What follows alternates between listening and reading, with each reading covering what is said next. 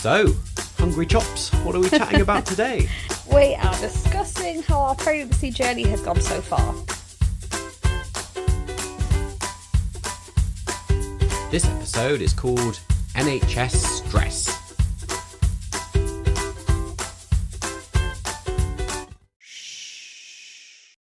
Right, well, welcome back to the Blanket Fort for episode something or other of Don't Wake the Baby. This is the show where we chat all about kids, just in real life. We don't really have anything else to talk about. Oh, we don't really.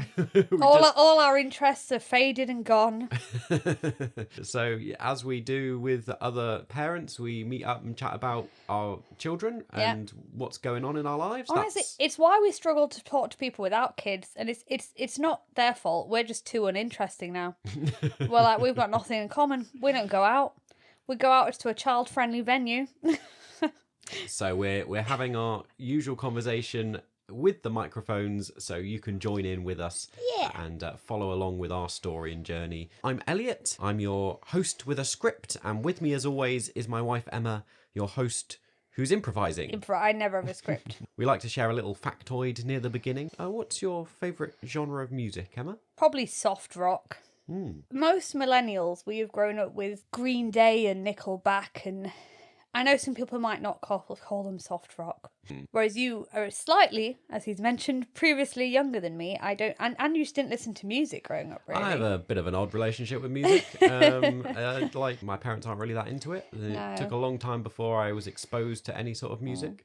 So, I mean, you would describe my music taste as just sad songs. Sad songs, yeah. I would say I'm into kind of acoustic, indie, chilled, alternative music. Yeah. But all that's sad. None of it's happy. Not lively. No. Just, nice and emotional, heart-wrenching, kind of soul-crushing. Yeah, it's very pleasant. Yeah, lovely. It's got so much nostalgia for me.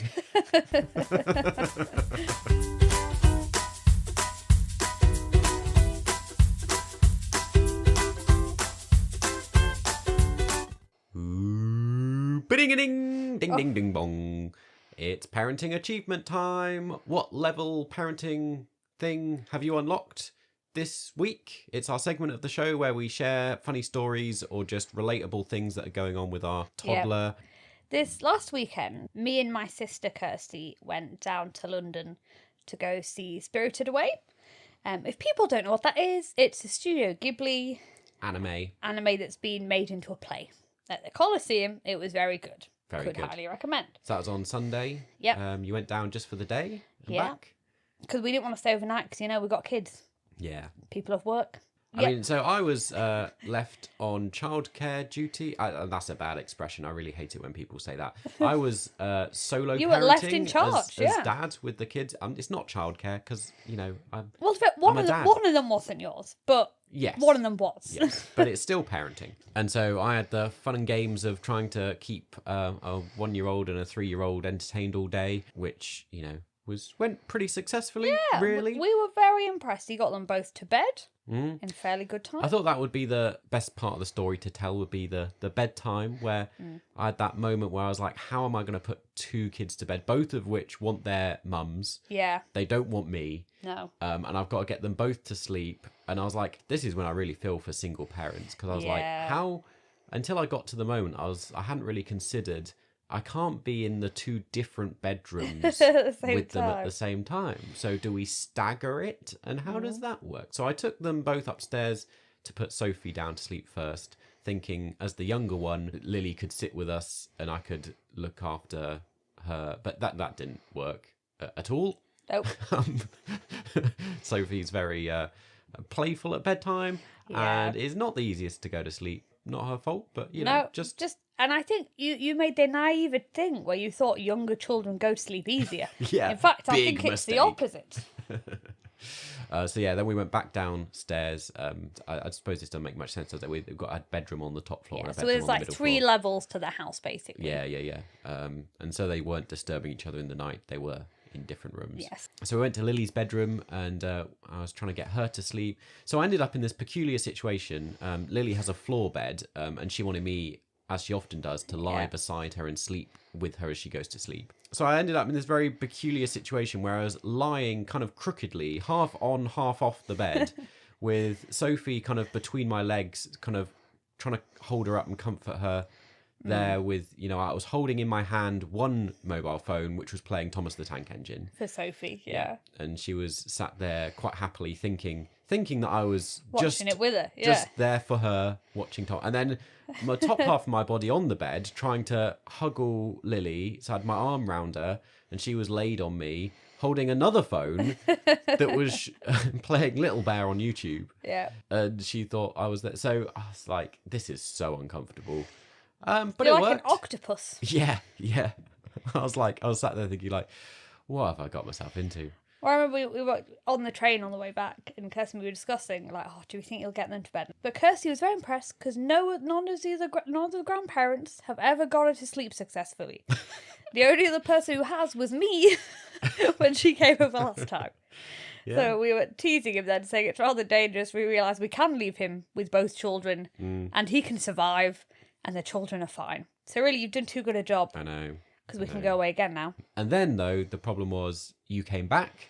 Yeah. And on the Monday, Lily was in a mood with you. And I said to Elliot, I said, she's going to be in a bad mood tomorrow. The morning, she was fine. But that night time, yeah, she was putting me through it. You were in the bad books. I was in the bad books. To be fair, she was just... Yeah, it wasn't like she was happy with me. No. I think the stress of you being away for a day. Yeah. She'd used up all her patience, I think is how we often describe it. Yeah. I think she'd been so good with me the previous day, helping look after Sophie and being patient all day, even though she couldn't have my full attention, and coping with being sad that you were away. Yeah. And then Monday, she was just like, that's it. I've crossed a threshold. We always describe it, it's like a currency, patience and good behaviour. You can only spend so much of it, and then you're out. Yeah. And we were asking some of our podcast listeners, do they have this experience? And some did. Your sister Becky in France was saying she gets the silent treatment. Yeah. I mean, we that would be preferable. Yeah, we don't get that. We had like a full-on meltdown at bedtime. And I can honestly say, because she's not one, she does have tantrums, but not to that extent. Yeah. Because I was putting in the group, it's probably been over 6 months to a year since she's had such a bad tantrum like that. Yeah, it took us back to the days where we went through, if you're a long-time listener, our naked phase, where she refused to wear any clothes. Yeah. And it was very similar to that, where she was just in a rage and about anything. Yeah, and I had to basically restrain her because, But there we go. There's our kind of parenting fails thing for this week. I mean, some of it was a success, but within it, there were moments that went downhill, and we were sat there going, "What have we done?" Luckily, we were both quite patient because she hasn't had such a bad tantrum in such a long time. We both found it quite funny. Yeah, we just kept both looking at each other laughing. Like, what are we gonna do? Sometimes in the moment you have to, don't you? I feel like that's the ethos of our podcast here. It's just laughing in the face of adversity. Yeah. There we go. We'd love to hear your stories. Is this a relatable experience? Do you have a parenting fail this week? What achievement have you unlocked? Write into the podcast or whatever. I don't know what you do. Like, send us a message. Write in. It sounds like they're going to send us a letter. I know. I mean, you don't know our address, but you can try and do that if you like.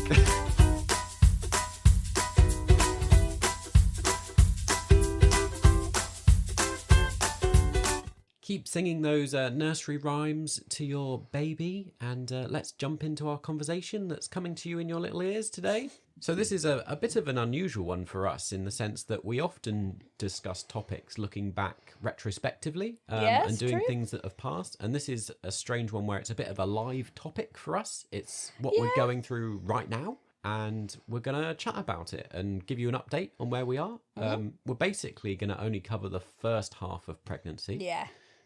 Because so much happened in that period that as we were going through it, we thought that this has got to be a podcast episode. Yeah, true. It does mean that you want to be a little coy about some stuff because we're a little nervous. Like, it is a live topic that we're discussing, and that,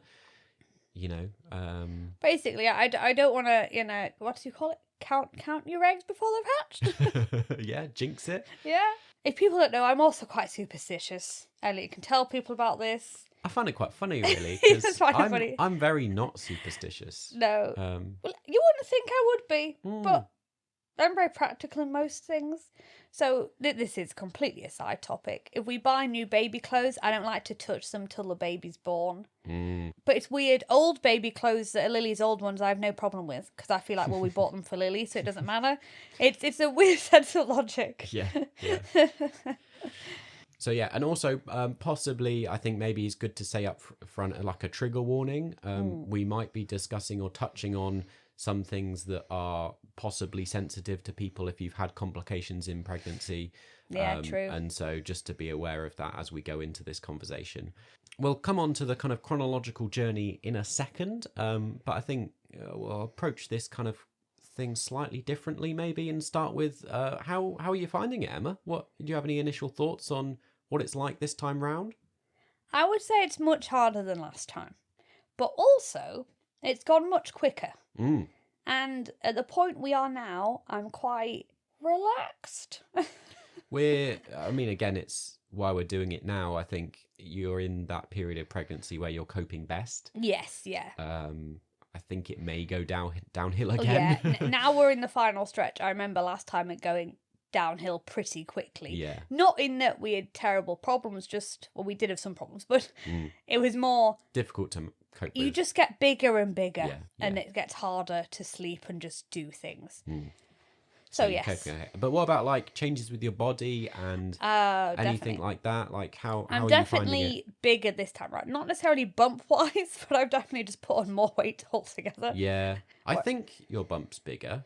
Definitely, you showed quicker. Yeah, I showed a lot quicker. I think that's a very common thing, isn't it with second pregnancies? And also, I don't know, maybe you can tell me if you've had a C-section. I feel like most of my muscles down there are gone. Yeah, I think it showed pretty quick. I've heard other mums say that as well, yeah. So, yeah, there was very hard to hide this time round. A, we're not in a lockdown. But B, I was showing pretty quickly. But I'd say, overall, I think I'm feeling positive at the minute. Mm-hmm. Yeah. Cool. I think at the minute, I'm pretty happy. I'm not in terrible pain with my back or anything yet. Yeah. I did have back pain earlier on, but now I've just tried looking after myself a bit better. And it turns out if you try not to do as many bendy things, your back generally does a lot better. Okay then, well, shall we jump back to the start of the conversation? Yes. I've just said I'm feeling a lot better, but I'm getting a bit uncomfortable, so I'm just going to move around in my little seat. There we go, that's better. So let's jump back to the start of the kind of story. Yeah. And go from being positive now back into some of the darker moments. Of the stress. Yeah. If you're interested, I think, the beginning of the story we've basically covered in our episode about preparing for our second baby. Yeah. That episode's called Second Time Parents.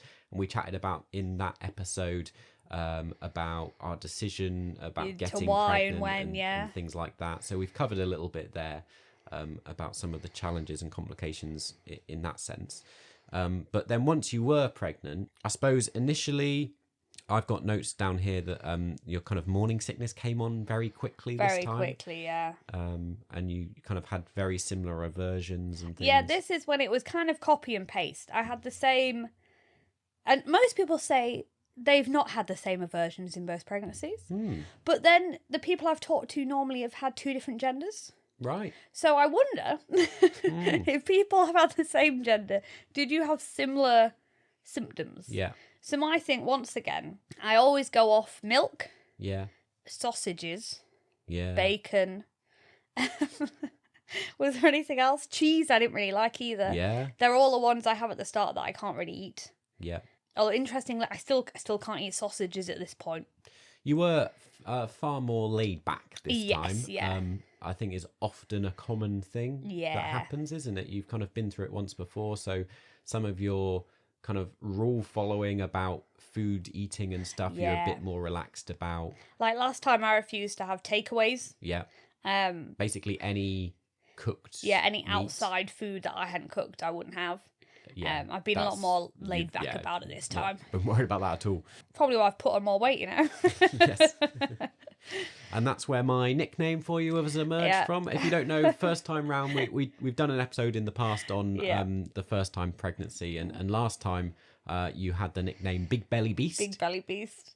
He's lovely with his name. I'm a typical dad, aren't I? I come up with like rather insulting names. He's lucky I'm the kind of person I am. I didn't mind. This time round, your nickname has been Hungry Chops. Yeah, I've been constantly starving. As per the start of this episode. Yeah. You've been eating a ton.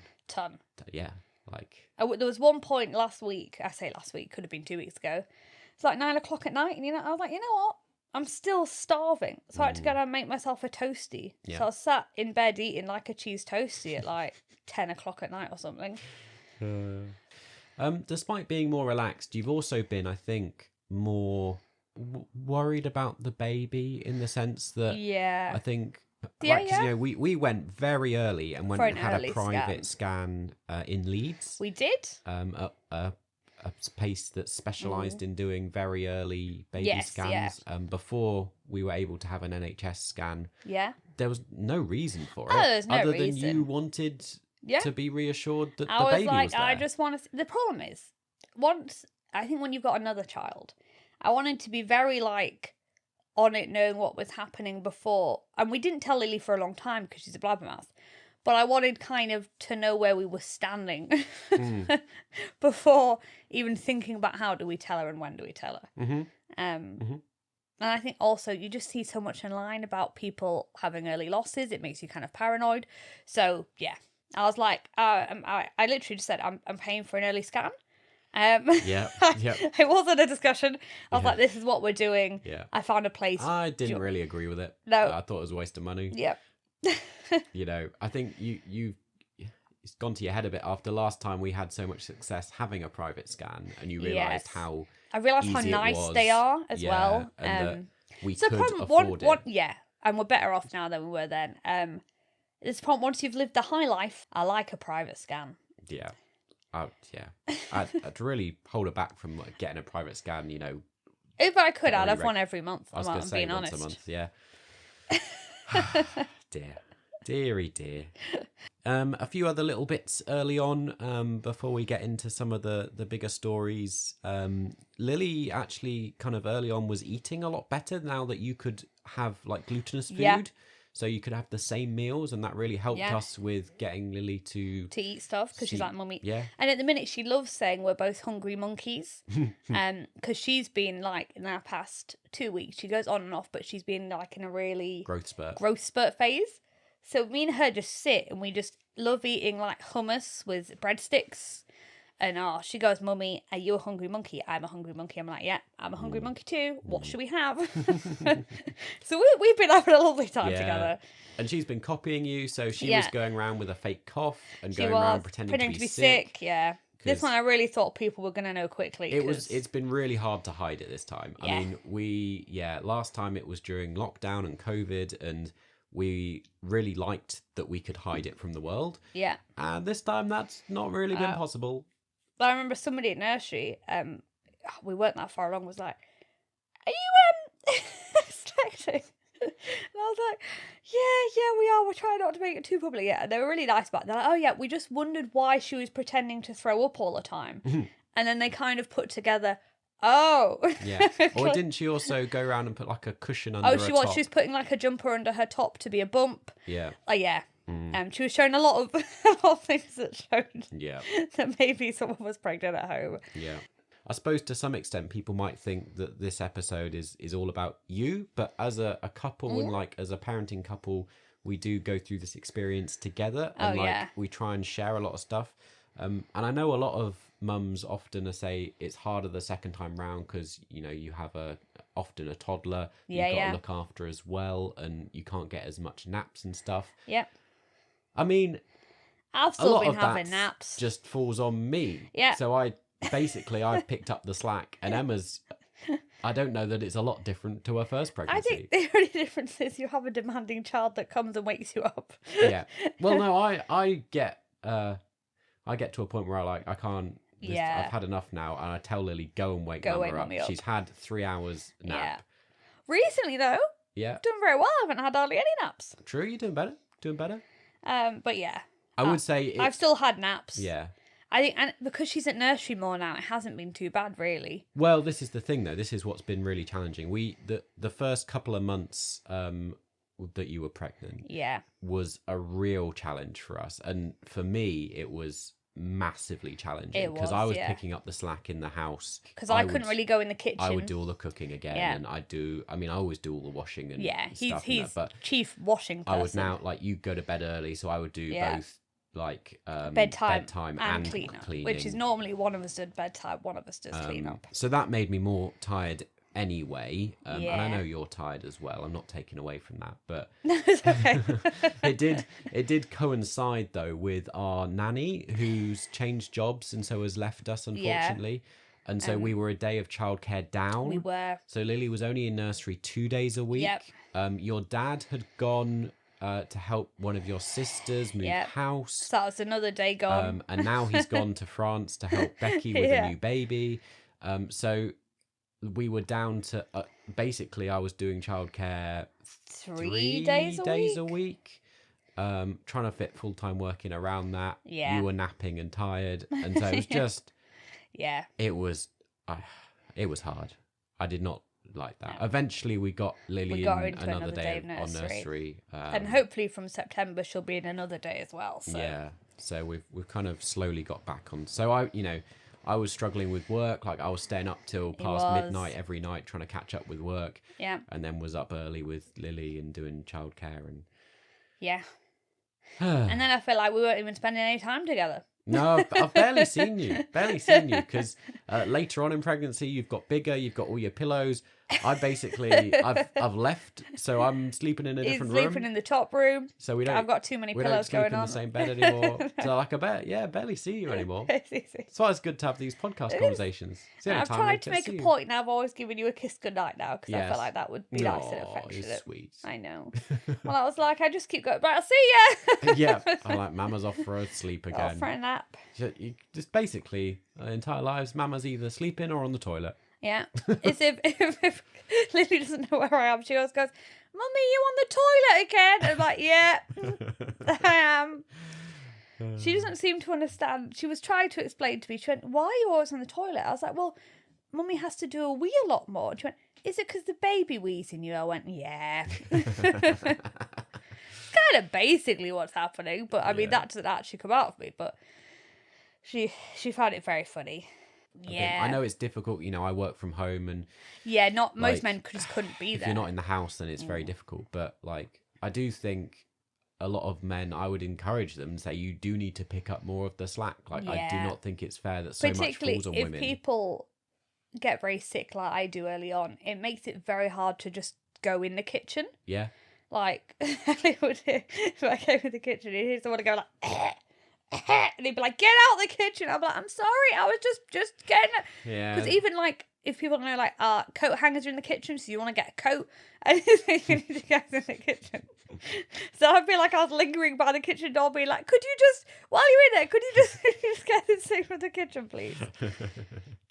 Enough of sickness. Yeah, enough. Men, do better. Yeah. Oh, women, don't let them get away with doing nothing. Yeah. My midwives always love me. They're always like, so who does that? I'm like, well, my husband does that. Yeah. Why would I be putting myself at risk at this point? Yeah.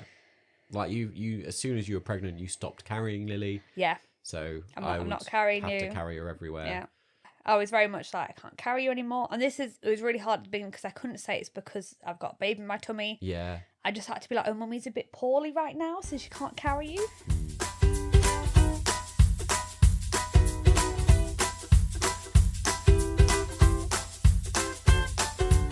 This podcast is brought to you by the Kairos movement. Sound like an old wizard. Yeah, this is a segment of the episode where we just kind of explain a little bit about why we do the show, and just an encouragement to get involved. It's an ongoing conversation. We'd love to hear back from you. We don't want to be just speaking into the void. We'd love this to be, a community, whether our experiences resonate with you or if we're just weirdos. Let us know. How can people get involved, Emma? They can either contact us on our Facebook group. Sorry. Oh, there's like pages and groups and things. It's a group, right? There's a group, It's a group. We also have Spotify. Yeah, I mean, they can't contact us through that. Yeah, you can put comments now, though. Oh, yeah, true. And we also have... You can tell Emma doesn't normally do this bit. I'm like, come on, Emma. I've also got how do people get in touch? I've also got baby brain. I really can't remember what it's called. The thing that I like. The thing you like. Discord. Discord. We also Discord, which has nobody on but me and him at the minute. So Yeah. If you want a very intimate conversation with us, there's only us two there. Or if you want a bigger community, our Facebook group chat. Yeah. We're throwing out a lot of options here, but basically go anywhere, wherever you prefer. YouTube, Instagram, @don'twakethebaby_podcast. But if you're going to do one thing and one thing only, what should they do? I think you should share this episode with a friend. Yeah. If you have a friend who's pregnant or something, I don't know, is a parent. Yeah, has kids. Then send them the episode. Go for it. That's your one job. That's your homework for today. And why do we do the show? Well, we do it because it's a lot of fun. And, we enjoy it. Yeah. And we are supported in doing it by the Methodist Church because, I work for the Methodist Church. Emma volunteers. We're involved. We're involved with the Kairos movement. And, we're Christians. We're a bit wacky. We're very liberal. Yeah. And it's quite interesting. You touched on earlier about superstitions. Again, very interesting topic, isn't it? You could do a whole episode on that. But, yeah, how does our faith affect how we parent? Don't know. Could be interesting. Right, well, let's get back to it. That's it. If you want to find out more, have a look at our website and you can find everything there. www.kairosmovement.org.uk/ Don't wake the baby.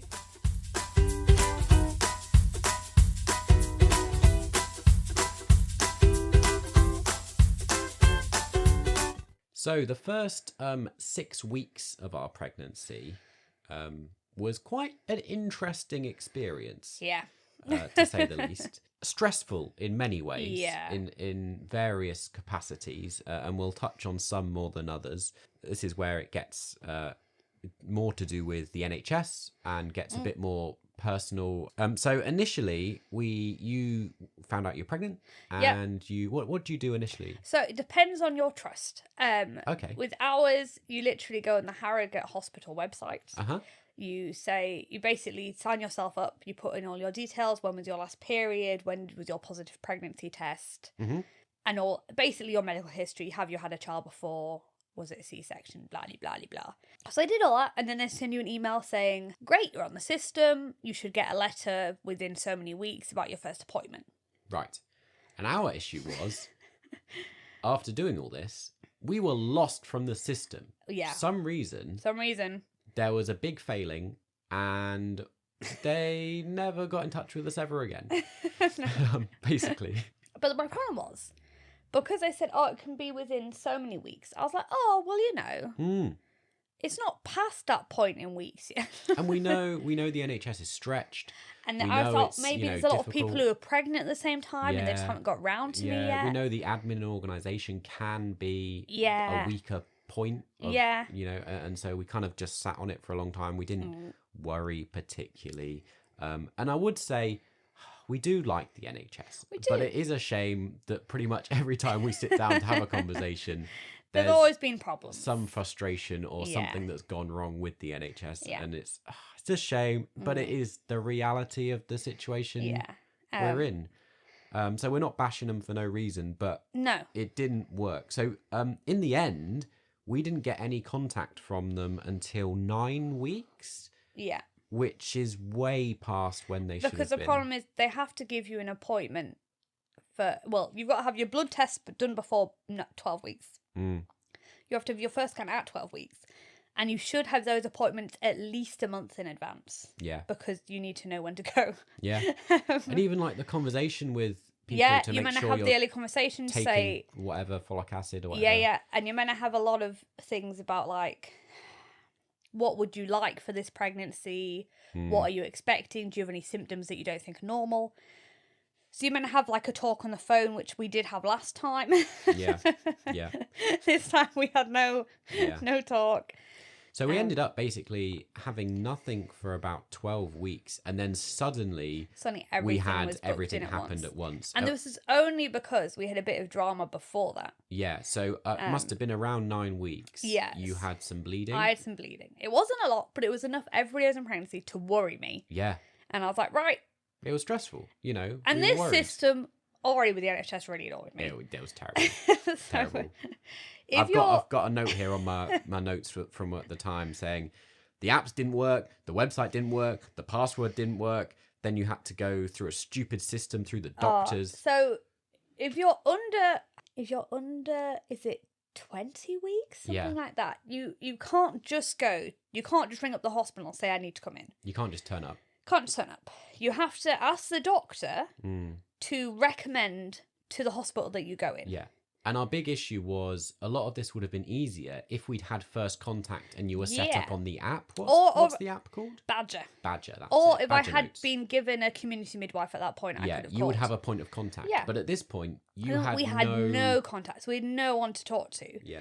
And also, I was like, do you know how hard it is to get through to a doctor to say, please, can you send me a thing so I can go to hospital? Yeah. Like, if you're not in England right now, yeah, getting a doctor's appointment is impossible.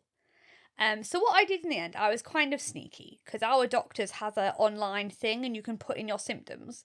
And I basically put in it, please refer me to this ward at the hospital. I've had some bleeding. I'm this many weeks pregnant. I don't want to have an appointment with you for you to send me there because that's just wasting our time. I mean, and you're having to do all this off your own back. It's difficult and stressful on top of the fact that we're there sat worried that you've had a miscarriage. Exactly. So then, luckily, the woman was lovely. Dr. Coleman, she went, of course I will send you. And she said, why have you done this? And I said, well, it says, and she went, so that you can't call the hospital. I was like, no, I'm not allowed to call the ward. You have to send me there. And she was like, oh, and even she went, well, that seems like a ridiculous system. And I was like, it is a ridiculous system, but if you could do that. So she was very good. And I think they got us in, was it the next day? Yeah. So that was good. She was a good doctor. She sorted it out. Yeah. So we went to the EPU, is that right? Yes, early pregnancy assessment unit. Yeah. And that was quite stressful because, and I know why they do it. I'm not saying it's bad. But when you sit in your little seat, all around you is basically a thing about babies dying and how to deal with it. Yeah. And I was like, I don't want to see any of this right now. I'm hoping for very good news at this point. Yeah. Because I was like, I've had some bleeding, but it has stopped. I've had no further bleeding. Yeah. So I was feeling a bit more positive. And then you're a very empathetic person. Oh, yes. So you're sat there worried about the other people in this room. There was another woman in this room with a man. And I was feeling a bit more confident with myself because I was like, I know with miscarriages, normally once you start bleeding, this is a trigger warning for anybody who's gone through one, but normally it does stop and stop, but you wouldn't just stop. Yeah. So I just stopped after that and not had any more bleeding. So I was feeling quite reassured in myself. Okay. There was another woman. I thought she looked really worried. And then I was sat really worried about the other woman and her husband. Because I kept thinking, oh my God, I started thinking, I'm really stressed. They must be so stressed. Yeah. But shout out to Vicky, who's a friend of ours from church and has been on the podcast before on our Christmas episode. Yeah. Her and her husband were great, and they looked after Lily. They were during the day while we went, and so I could be with you. And they were very nice going, oh, we've had to go. Like, they were very good telling their stories about if they've had to go in for anything before, and Yeah. So they were lovely. Yeah. And they were lifesavers because they took Lily, so we didn't have to take her with us. Yeah. Yeah. But that was fascinating because then at the end of that, you'd had a scan and they confirmed it was all good. Everything was okay. Yeah. And it was nice because the other people came in smiling afterwards. And I was like, oh, thank God, they must have been okay too. Yeah. So me and the woman were smiling at each other because I was like, great, we both, it's gone well for both of us. Yeah. But the lady, what is she, a midwife? Yeah. She the was lady a who was midwife. dealing with us, talking with us in the assessment unit, was looking at our notes and saying, so how far along are you? The scan says you're Well, at this point, I think you were almost 12 weeks. Almost 12 weeks, yeah. And she was going, because when's they your always scan add booked? 2 weeks on if people don't know. So for us, we were kind of like 10 weeks, but it was 12 in the NHS's eyes. And we were saying, we don't know when our scan is. We don't know when our scan is. We haven't had an appointment. Contact. And she was looking at us like, what? And then she goes, oh, did you sign up on the system late? I said, no. No. I signed up as literally the day I found out I was pregnant. She's going, oh. She was saying, there's something wrong something here. not This right is not there. right. And so she, I think, contacted someone, but she told us, you need to ring up you too. need to ring up and say to them, you need to see me now. ASAP, because it's going to be too late to do any tests. I mean, it did amuse me that basically it's another thing we had to do ourselves. Yeah. Chase them up. She was nice because she was like, give them my name if they have you any problems. Like, if anybody says anything, give them my name and I'll tell them.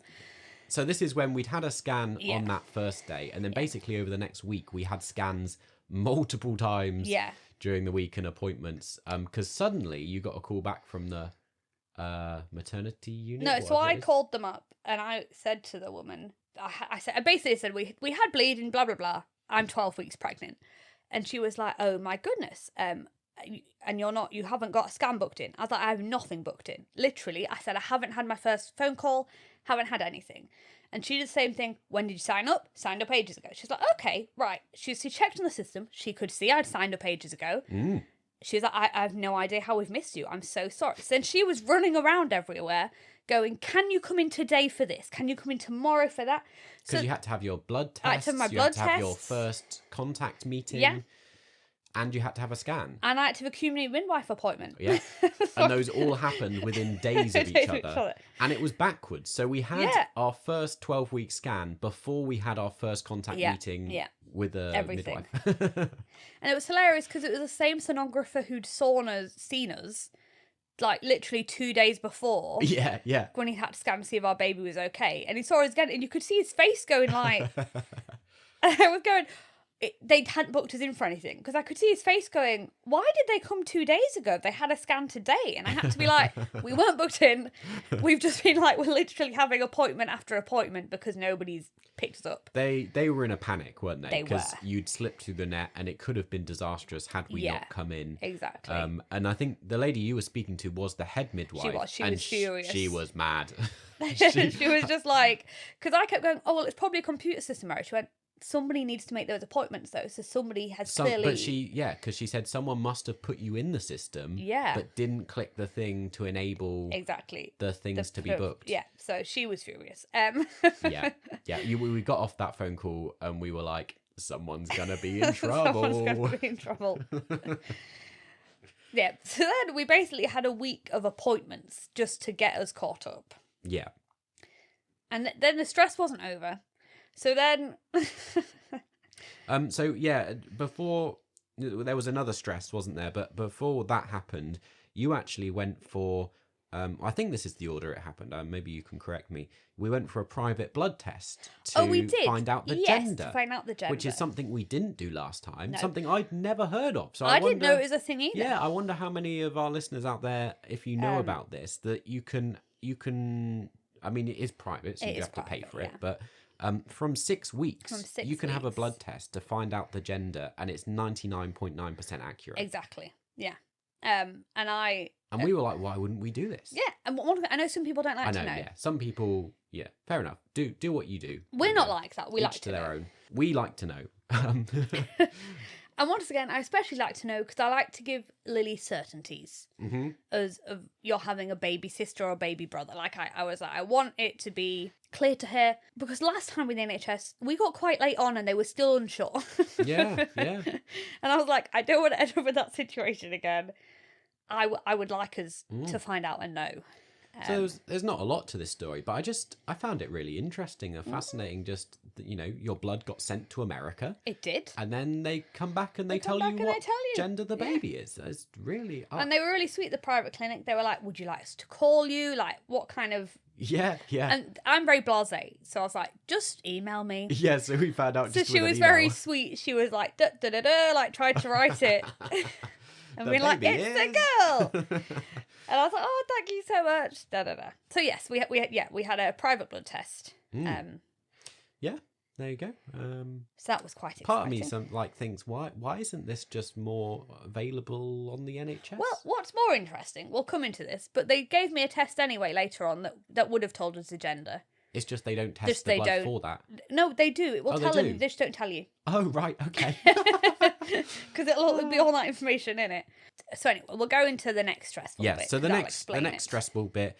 So you had those blood tests. And then we got the These result. were NHS ones, not the private one. Yes, there's 2 different blood tests going on here. So not the gender ones, the first ones you get in pregnancy. And I thought it was odd because on the badge app it hadn't updated it. Yeah. And I was like, oh, you're getting them back in like a couple of days. Mm-hmm.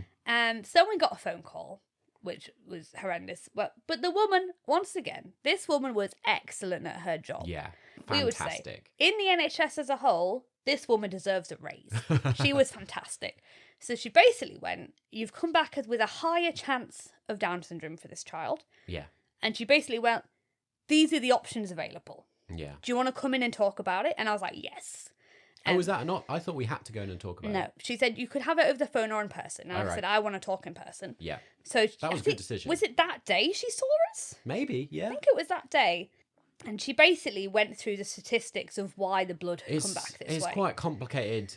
It is. If you've been through this before, and I know quite a few women have, it's not like really rare. You know, getting that first blood test back as a high chance of Downs does happen. Yeah.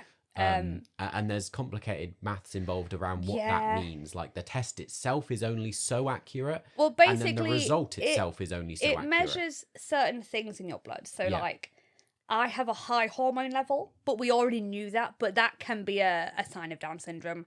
And this time round, I had low PAP-A, which we're going to do another episode. We're going to do a whole episode on because that's a separate thing that needs its own thing. But basically, those things together can mean it's an indicator. It's an indicator, so it's but not. It's not.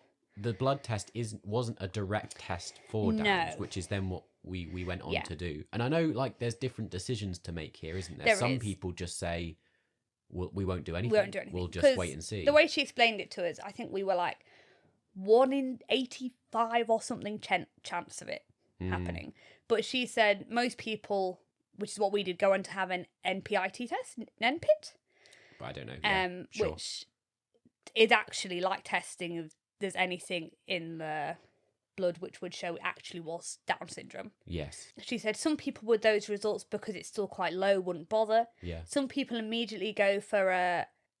Is it called CV? It's like where they test the amniotic fluid around the baby. Yeah. But for me, that's still quite risky. It's more invasive, isn't it? And I know it's only got 1% chance of miscarriage, but for me, I was like... Yeah. And I don't know if I'd risk that at that stage. Yeah. Well, I mean, we didn't get to that stage. We didn't, no. You know, but I mean, having come off the back of the last stress to then suddenly be plunged into this new stress of, you know, the difficult conversations about, you know, will our child have Down syndrome? Yeah. That is a difficult kind of thing to talk about. And would we be willing to kind of, how would we deal with that? Yeah, basically, how would we deal with in that? The grand scheme of things. Yeah. But she was great. She was really good. She explained how blood works. She Yeah. even was really good and brought up my last blood work. I think that was the most helpful thing, because we actually saw that your hormone levels and things, I can't remember what they were. There were 3 different things, weren't they, that it measured. And it was only 2 of them were abnormal. Weren't far off what you were in your last pregnancy. It's just this one tipped the scale enough. Yeah. That it and came also back your positive. age plays a factor. So because I'm slightly older, it automatically would come back with a higher result. Yeah. But she was really good at explaining it all and making you much calmer about the whole process. Yeah. So then, we loved her. She was excellent. Yeah. So then you had your blood taken. Yeah.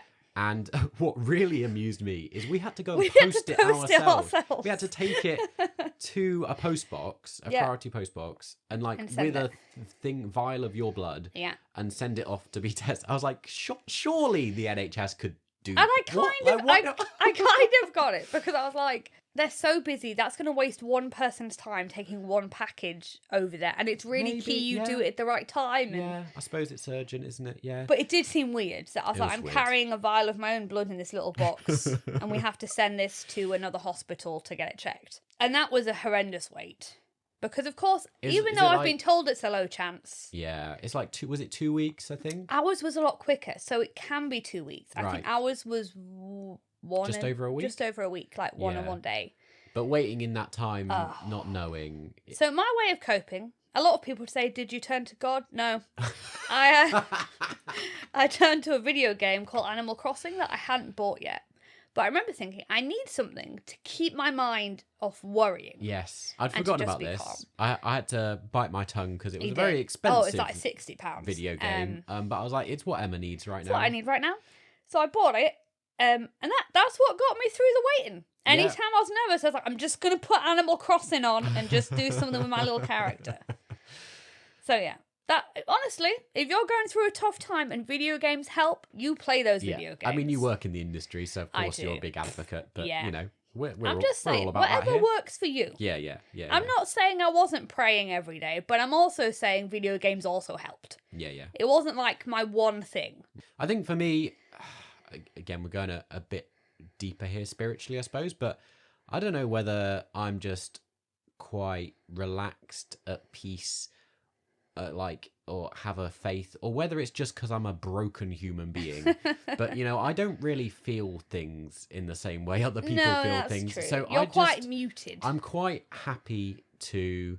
It was stressful. It was what I was particularly stressed about. You were more you stressed being about worried. me being stressed. But for me, the whole situation, I just have an ethos of what will be. Yeah, and true. I know we will make decisions at some point regarding outcomes, and the waiting and the not knowing. Yeah, I can cope with. Whereas I couldn't cope with that, but I think that's because I'm quite a proactive person. Yeah. Like I like this. Elliot knows this from life. I'm not patient. I like to get things done. No. I like to be organised. organised. A word you cannot describe Emma is patient. No. It's when Lily's not patient now. Well, I don't know. I was going to say, are you decisive? But I don't know if you're a decisive person. It's just, you don't cope with uncertainty. No, I just like to know what I'm doing. Yeah. Regardless. Yeah. So I didn't deal well with not knowing. Yeah. But, I mean, I don't really. It's just, I can exist in that place. Yes. I can take every day as it comes. Yeah. I like to know what I'm doing, but it doesn't stress me out as much. Yeah. But was great at this time. I joined a Low Pap A forum on Facebook. And it was great because so many people in the group had to go through this test. And most people had come back negative. So I was like, it is a different thing, but it's highly interconnected with Downs. Like the Pap A thing is its own thing. But a lot of people, it's kind of, you get a false positive early on. That was a horrendous wait. And then I remember we got a call just before we were doing morning prayer. Yeah. And Elliot was like, what are you doing answering your phone? I was like, it's the hospital. I have to answer. About to go live on Facebook. But then, that it was a very quick phone call. And it was just being like, it's all good news. It's all clear. You're fine. She's like, at this point, you don't need any more tests because... and there is, what's it called? There's never 100% certainty, and we still have the Pap A thing with us, and this is why we're not going into a lot of that in depth now, because we're still in pregnancy. Well, we'll see what the journey takes us. But it's that test that could have told us the gender, but they don't. Right. Okay. But in other trusts, they do. Right. So some people I know taking the test, they did get told the gender. Right.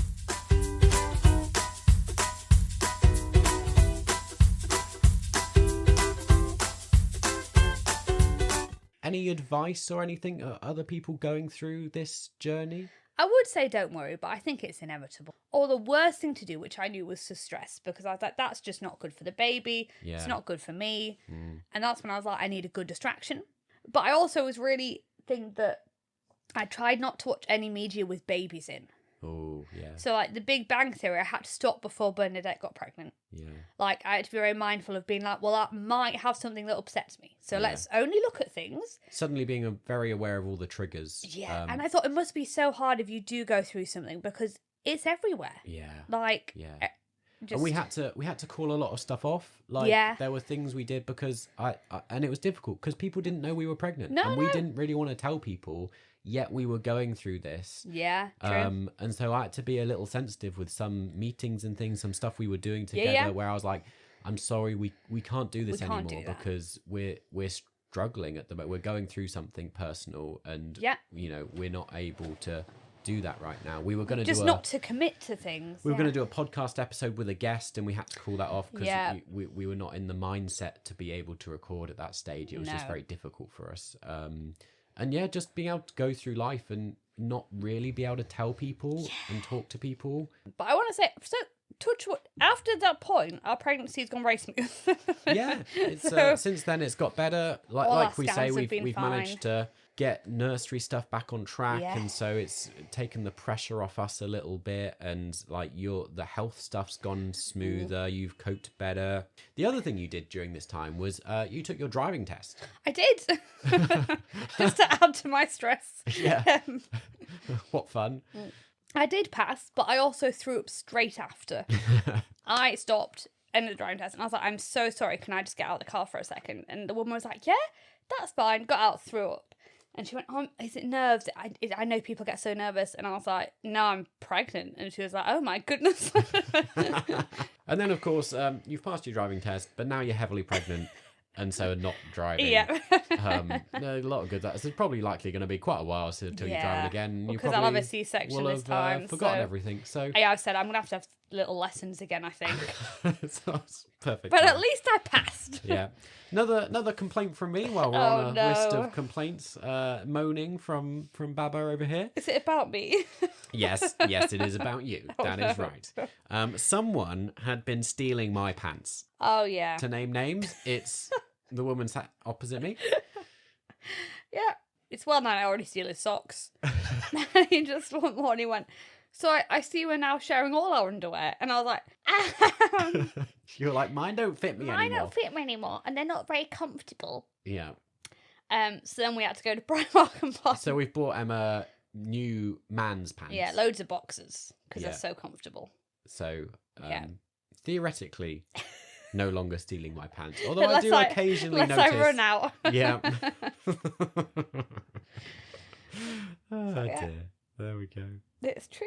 Thank you so much for joining us in the blanket fort today. Yeah. You have successfully reached the end of the episode. Woohoo! Well done. Gold star. I hope you've enjoyed this this one. It's a bit more stressful. If you found it stressful, I apologise. I'm sorry if it's stressful. I want to encourage you. The rest of our pregnancy's gone really, really calm. I mean, we always, we like to share the honest reality of parenthood, and this is a story that we felt like was important to kind of highlight. And you don't see us. You listen to us. Hear us. Smell you next time. God bless. Sleep well. Yeah. Don't wake the baby.